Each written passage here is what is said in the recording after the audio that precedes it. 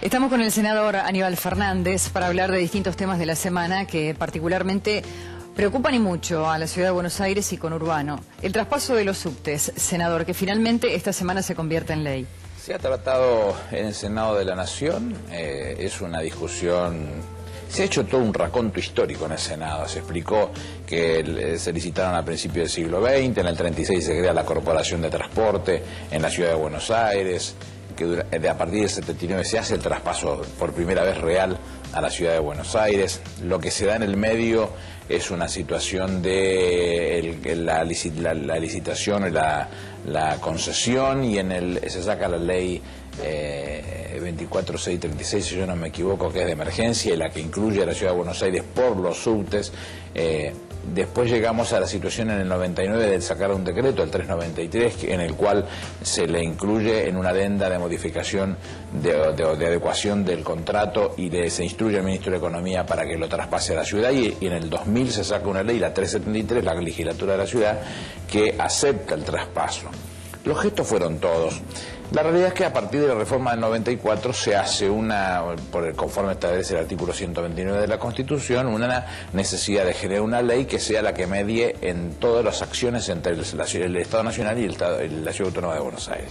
Se le cambia el estatus de la ciudad, se le da características de ciudad autónoma, le da la posibilidad de la elección de su jefe por voto directo y un montón de cosas, jurisdicción, legislación, y entre esas cosas se dan atribuciones que tienen que ir pasando por convenio con la ciudad, con el Estado Nacional.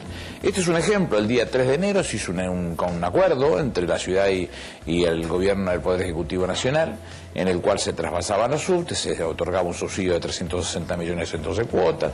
Eso se llevó a la práctica. El 5, 2 días después, el jefe de la Ciudad Autónoma saca un decreto, el decreto número 27, por el cual aumenta 127% la tarifa, y cuando pasan 2 meses más dice: no, yo no lo quiero.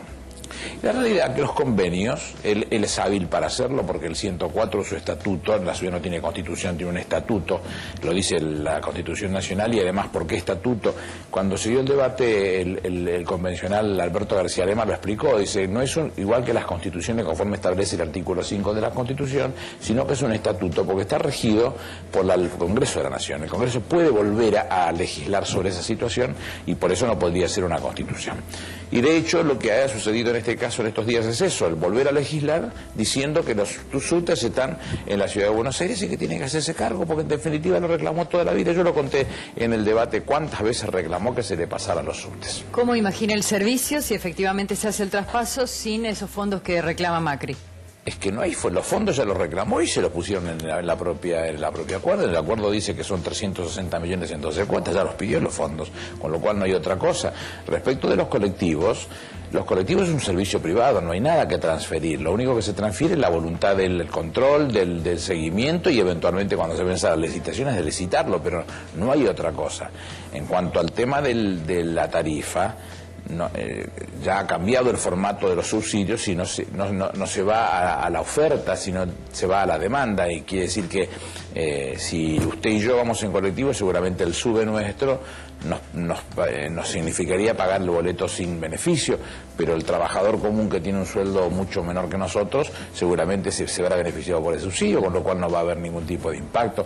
Pero además, cuando la Constitución se reformó, lo que se decía en el 75, inciso segundo, es que siempre que se transfiera alguna tarea o alguna función específica que fuera del Estado Nacional hacia una jurisdicción, tiene que ir con los fondos, como pasó con las escuelas, como pasó con los hospitales, que no se transferían los fondos. Por eso lo que pretendió cuidarse es ese tema. 2 veces que no vuelva a pasar, pero acá no hay nada que transferir que haya que pasarle los fondos, con lo cual está más que claro.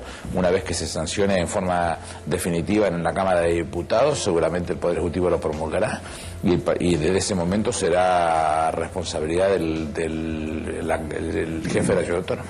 Lo que está a punto de reglamentarse ahora es la reforma en la Carta Orgánica del Banco Central. El ciudadano común, ¿qué beneficio va a tener? Se promulgará estos días y seguramente se reglamentará. El ciudadano común, muchos beneficios, porque El Banco Central, desde su creación en el 35, se crea de una forma, a mi juicio, bochornosa, porque forma parte de uno de los acuerdos del pacto Roca-Runciman. Usted recordará que ese pacto decía que el 90 y pico % tenía que ser de las carnes argentinas faenadas por frigoríficos ingleses, y cuando se crea ese Banco Central, en el cual está presente Niemeyer, que es un enviado específico de Londres, y Bosch es el que se hace cargo del banco, ministro de Hacienda Federico Pinedo, abuelo de la tal diputada nacional, la visión que tenían ellos era de entreguista, porque el directorio del Banco Central era inglés, pero desde el 35 a 1992 siempre tuvo un mandato múltiple, no solamente el cuidado de la moneda, sino el de poder incidir sobre los créditos, sobre la tasa, sobre las facultades de acercarse y aportar para que mejorara el rendimiento en términos de generación de riqueza.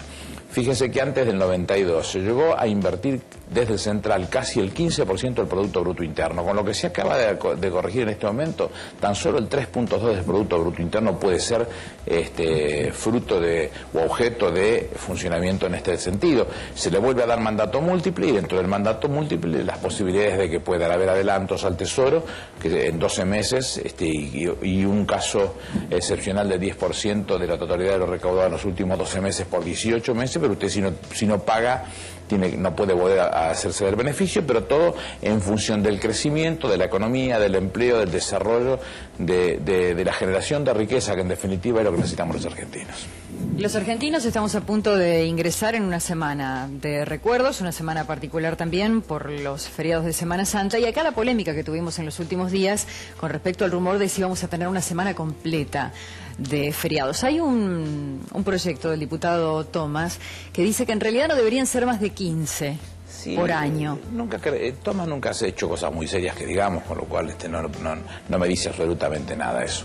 Los feriados de los argentinos tienen que ver no solamente con las efemérides que implican los propios feriados, sino también se lo mira con un objetivo turístico, porque generan un montón de riqueza desde el punto de vista turístico. Pareciera que se pierde por la actividad, pero se generan por el turismo. Muchísimo dinero se genera por el turismo, y esas cosas no hay que descuidarlas. Lo que están establecidos, están establecidos. Tengo entendido que ya el ministro de Interior habló respecto de lo que va a suceder la semana que viene, porque será particularmente el tema del 2 de abril, y después tenemos el 4 y el 5, 2, 3, 4, 5 y 6 serían jueves y viernes santo, y creo que tengo entendido que se dejó en claro que no es una semana puente, que los 2 días se trabajan.